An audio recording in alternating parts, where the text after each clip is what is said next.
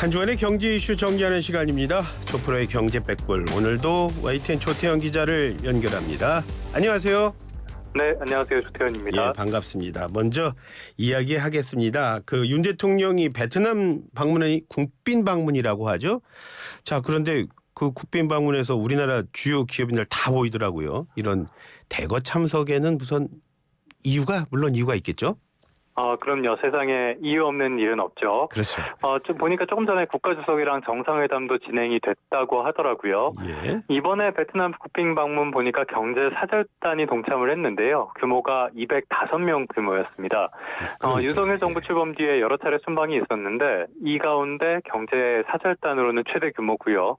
이재용 삼성전자 회장이나 최태원 SK 회장, 정의선 현대차 회장 같은 총수들도 총출동했습니다.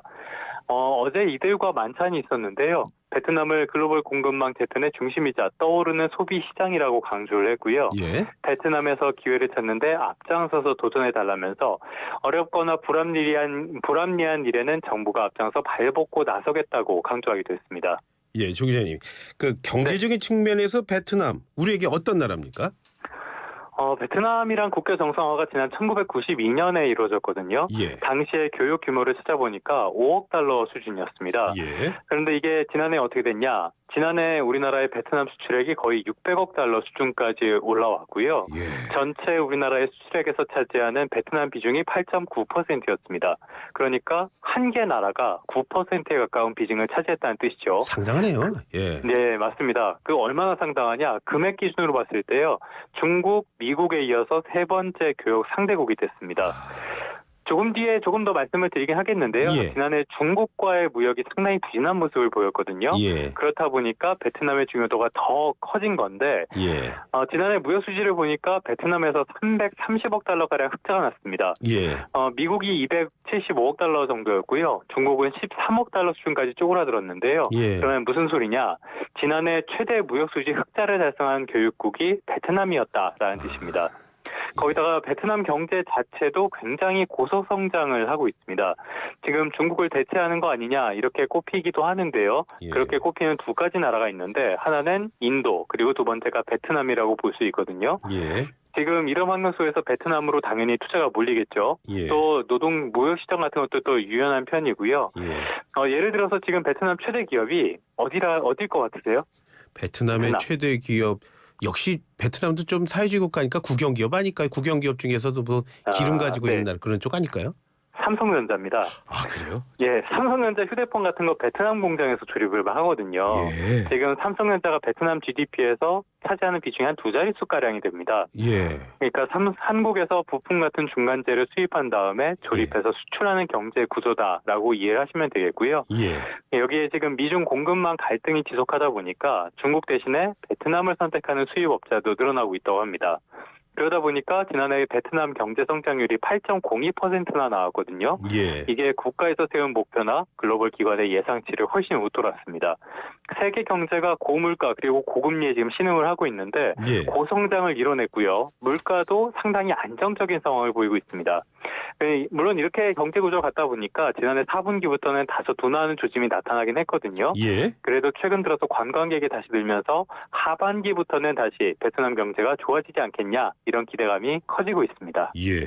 조금 전에 잠깐 말씀하셨지만 그리고 또 얘기해 주신다고 하셨는데 중국은 그런데 한 21년 만에 우리 적자라고 하잖아요. 그죠? 맞습니다. 예, 말씀하시죠. 예. 예, 사실 한국은행에서 어제 지역별로 국제 수지를 발표했거든요. 예. 국제 수지라는 거는 경상수진 같은 걸로 이해를 하시면 되겠는데 눈에 띄는 점이 꽤 있었습니다. 예. 일단은 대미국의 경상수지 흑자가 678억 달러로 1년 전보다 거의 50% 늘어나는 모습을 보였어요. 예. 이게 역대 최대 규모였습니다. 예. 반대로 우리나라의 최대 교육국은 아직 중국이에요. 교육에서 그렇죠. 한 20% 이상을 차지하고 있는데 예. 대중국 경상수지가 77억 8천만 달러 적자로 나왔습니다. 예. 우리나라가 중국과의 교육에서 적자를 기록했다는 것 좀 상상하기가 어려운 일이었는데요. 그러니까요. 찾아보니까 지난 2001년 이후에 처음 있는 일이었습니다. 그러면 왜 이렇게 안 좋았냐 봐야 되는데 일단은 기계와 정밀기기, 석유 제품 같은 측면에서 중국으로의 수출이 줄었고요. 예. 반대로 원자재 수입은 늘어났습니다. 그러니까 적자가 날 수밖에 없는 구조였고요. 예. 여기에도 몇 가지 이유가 있는데 사실 가장 큰 문제로 꼽히는 게 계속 이야기 나오는 반도체. 예. 중국으로 반도체를 많이 팔아야 되는데 공급 과잉으로 가격이 하락하면서 이 부분이 좀 안 좋았고요. 그리고 중국 산업이 예전 같지가 않습니다. 많이 첨단 산업으로 재편이 되면서 예. 국내 제품을 찾는 수요도 줄어드는 추세예요. 그리고 사실 더 중요한 게 있는데 중국이 코로나19로 봉쇄를 했잖아요. 예. 그리고 경제활동을 다시 시작하는 이른바 리오프닝에 돌입을 했습니다. 그러니까 우리나라로 치면은 위드 코로나를 했다라고 볼 수 있는데 이게 효과가 별로 안 나타나고 있어요. 예. 지난달 경제 지표를 보니까 산업 생산, 서비스업 생산 모두 둔화하는 모습을 보였고요. 리오프닝 초반에는 소비가 좀 이끌어가는 모습을 보였는데 이거 회복도 기대보다는 별로 좋지 않습니다. 여기에다 부동산 침체도 길어지고 있고요.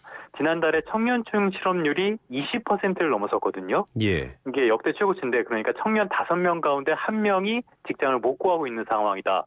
그러니까 전반적인 중국 경제가 총체적인 난국이라는 평가가 나오고 있습니다.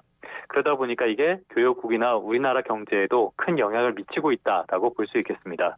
네, 중국 내부 상황도 안 좋다는 이런 말씀하셨지만 어쨌거나 중국 대신에 중국은 좀 안 되고 베트남이랑 네. 미국은 좀 괜찮고 이런 상황, 이런 그냥 갑자기 달라진 이런 눈에 띄는 변화들 이거 걱정 안 해도 되는 겁니까? 아무래도 우리나라의 교육 비중이 크다 보니까 걱정이 안 될 수는 없는데요. 예. 그래서 지금 이야기가 나오는 게 대중국의 비중을 줄일 수밖에 없다, 줄어들 수밖에 없다. 예. 라는 이야기가 계속 나오는 이유기도 합니다. 예. 어쨌든 이렇게 경제가 안 좋으니까 중국 정부에서도 경기 부양책을 내놓는다 이야기를 하거든요. 예. 일단은 대표적인 게 경기가 안 좋으면 가장 먼저 하는 게 항상 금리 인하잖아요. 예. 최근에 중국 인민은행이 1년 만기 대출 우대 금리를 0.1%포인트 낮췄습니다. 예. 이게 중국에서 기준금리 역할을 하거든요. 예. 중국이 10개월 만에 다시 기준금리를 낮춘 거고요. 다른 나라는 금리를 더 높이지 못해서 안달인데 지금 중국은 물가가 하락하는 디플레이션 위기에 대한 우려가 커질 정도입니다. 예. 경기가 아주 안 좋다는 얘기죠. 그래서 이런 부양책들이 효과가 있을까?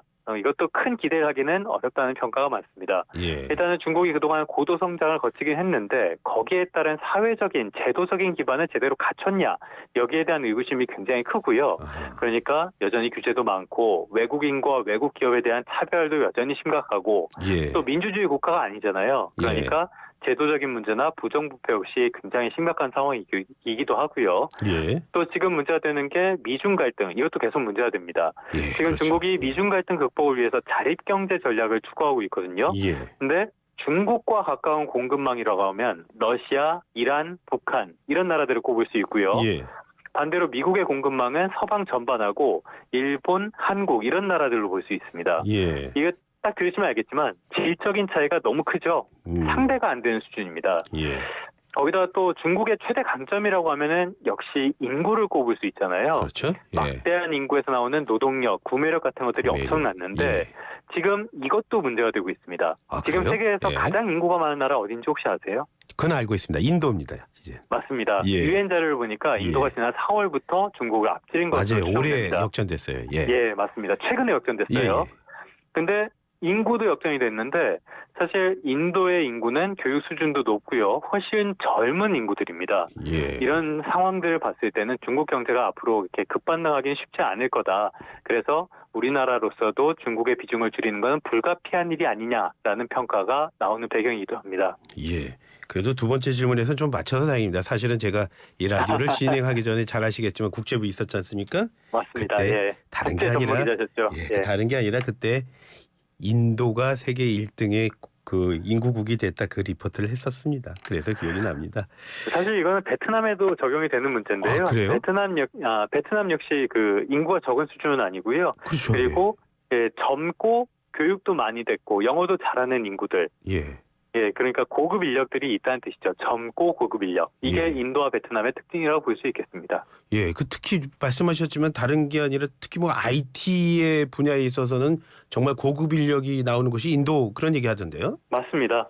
거기다 지금 중국이 문제가 되는 게 예. 중국도 예상 외겠지만은 고령화와 저출산 문제가 지금 있거든요. 예. 그러다 보니까 사실 인적 자원의 수준도 그렇게 높지 않은 상황에서 인구도 줄어들고 있다는 점이 국가 경제에 좀 위협이 된다고 볼 수 있겠습니다. 예. 자, 이 얘기해 보겠습니다. 국내 얘기인데요. 주식 리딩방 그거 하던 사람들이 재판에 넘겨졌다는데 저기 이게 주식 리딩방 이게 뭡니까? 그러니까 뭐 종목을 추천하고 이러는 그 어떤 카톡방이나 어떤 단체방, 커뮤니티 정도로 이해를 하시면 되겠죠. 예. 이번에 말씀하신 것처럼 검찰에서 리딩방 운영자 6명을 기소를 했습니다. 예. 이 수법을 보면요. 굉장히 예. 간단해요. 예. 어떤 종목을 미리 사두고요. 예. 그리고 리딩방이나 자기가 운영하는 유튜브 채널 구독자가 한 50만 명 되더라고요. 여기를 통해서 그 종목을 추천을 합니다. 예. 그러면은 사람들이 매수가 몰리니까 주가가 오를 거 아니에요. 예. 그때 주식을 팝니다. 아주 단순한 수법이에요. 이렇게 수법은 단순한데 예. 이렇게 벌어들인 돈이 65억 원이나 됐습니다. 기본적으로 이런 식으로 종목을 추천하는 사람은 유사 투자자문업이라고 생각하고 무조건 피하는 게 좋은데요. 예. 뭐 다들 알면서 속는 거 아닌가 싶기도 하고 뭐 그렇습니다. 예. 그러니까 뭐 다들 알면서도 뭐 아무래도 이렇게 해서 우리가 같이 모아서 이렇게 투자하면은 좀 오르겠지 뭐 이런 기대 때문에도 또 투자하고 뭐 이런다는 말씀이시네요.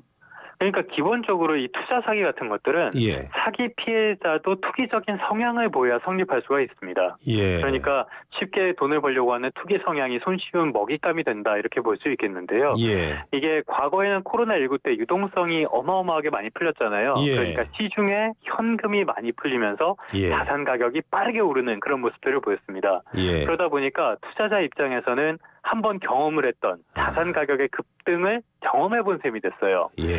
그런데 최근 들어서는 수익을 낼 수 있는 자산이 별로 없죠. 예. 이런 상황에서 막연한 기대감을 가지고 투기성 유혹에 넘어가는 거 아니냐 이렇게 볼 수도 있겠고요. 예. 이런 문제가 근절되지 않는 가장 근본적인 원인을 꼽자면은 예. 우리나라는 금융범죄에 대한 처벌이 너무 약한 편입니다. 아. 법원 판결들을 보면 대부분 집행유예 정도로 그치고 있거든요. 예. 근데 비슷한 범죄라고 해도 미국에서는 뭐 종신형, 뭐 100년 이상 이렇게 나오는 거 보면 너무 약하긴 한데 예. 뭐 대륙법과 미국법의 차이기도 하지만 금융범죄 근절을 위해서는 처벌을 더 강화해야 된다. 이런 목소리가 계속 나오는 배경이라고도 볼 수 있겠습니다. 예. 그러니까 말씀대로라면 주식 시장이 좀 제대로 잘 안 될 때 그럴 때일수록 오히려 주식 리딩방 같은 쪽은 더 활성화되고 있을 수도 있겠네요. 그럴 수도 있죠. 누군가는 지금 같은 상황에서도 1억 천금을 꿈꾸는 사람들이 있다면은 예. 그런 사람들을 기반으로 해서 사기꾼들이 설칠 수밖에 없는 구조가 되겠죠. 예. 그런데 뭐 대부 주요 이른바 작전에 타깃이 되는 것들이 다 중소형주라고 하던데 거기에도 무슨 이유가 있습니까? 이유가 있습니다. 예. 이번에 타겟이 된 기업들을 보면은 이런 회사가 상장이 돼 있었나라는 생각이 들 정도로 좀 생소한 회사들이 많아요. 조 기자님도 그런데- 모르는 회사들. 예, 뭐 예. 상장사가 워낙 많다 보니까 다 알 수도 없는데 예. 좀 잘 몰랐던 회사들. 예. 근데 이게 또 다 이유가 있습니다. 예를 들어서 우리가 삼성전자의 주가를 조작한다고 한번 가정을 해볼게요. 예. 삼성전자의 발행 주식수 또 한번 퀴즈를 내면 얼마나 되는지 혹시 아세요? 제가 주식에는 좀 약합니다. 예. 보통 주가 60억 주 정도 됩니다. 예. 그러면 이 60억 주에서 10%만 확보를 한다고 가정을 해보면 6억 주잖아요. 예. 한 주에 7만 원이면 42조 원이 됩니다. 예. 거기다가 거래량도 워낙 많으니까 10% 정도로는 주가를 원하는 대로 움직이는 거는 불가능하다고 봐야겠죠. 그렇겠죠. 예. 예, 거기다가 누군가가 삼성전자 주식을 대거 매입하고 있다. 그러면 이거 공시 상황이기도 하고요. 자금의 흐름이라는 건 결국엔 시장에 포착이 되는데 눈치를 채고 금융당국이 들여다보게 됩니다. 예. 그러니까 관심을 끌게 된다는 거고요. 조작 세력도 당연히 돈은 한정돼 있으니까 물량이 적은 게 좋고요.